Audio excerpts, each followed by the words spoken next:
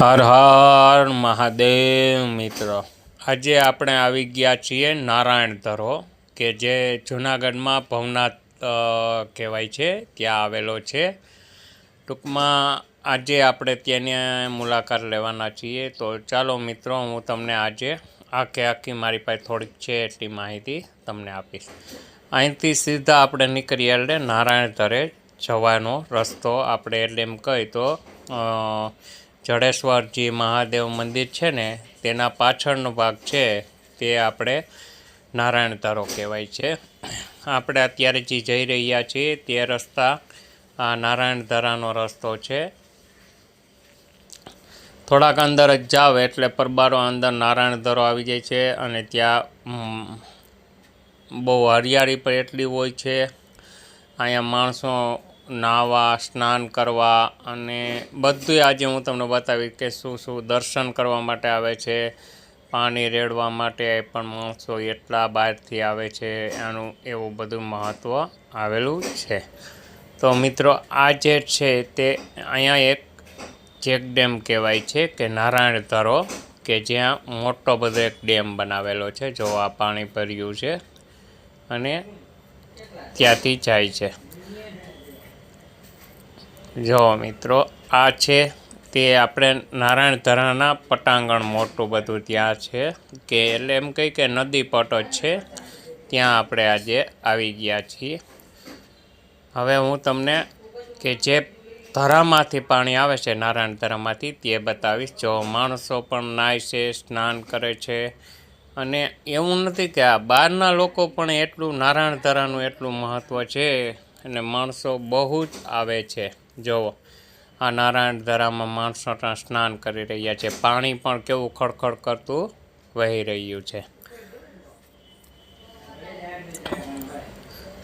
હવે હું તમને જો મિત્રો કેટલું પાણી ચાલ્યું જાય છે. જો હું તમને બતાવી રહ્યો છું તે પાણી જઈ રહ્યું છે. જો, અને આ છે તે નારાયણ ધરો આપણે કહેવાય છે કે ત્યાં ભગવાન પણ બિરાજમાન છે, ભગવાનના પગલાં પણ છે. અને અહીંયા જળજણી એકાદશી જે આપણે કહેવાય છે ત્યારે માણસો અહીંયા બહુ જ સ્નાન કરવા માટે અને અહીંયા ત્યારનું મહત્ત્વ બહુ છે. જો આ છે તે ભગવાન સ્વામિનારાયણના ચરણ પાદુકાજી છે, તે તમને દર્શન કરાવી રહ્યો છું. જો આ છે તે તેનો શિલાલેખ આખો પણ ત્યાં લેખ લખેલો છે ભગવાનનો. આ ત્યાં મંદિર પણ આવેલું છે.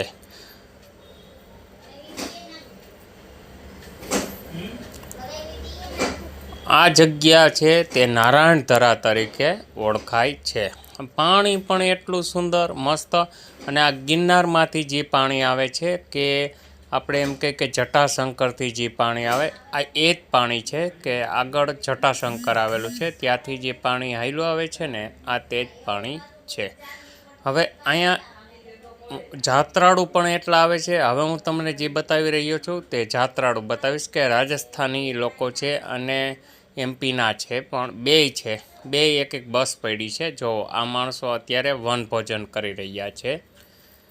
જો આ એમપીના લોકો છે અને રાજસ્થાની છે. આ બે બસો ત્યાં આવી છે. જાત્રાવાળા લોકો, આપણે કેમ જાત્રામાં આવીએ એમ એ લોકો ત્યાંથી અહીંયા આવે છે અને વનભોજન કરી રહ્યા છે.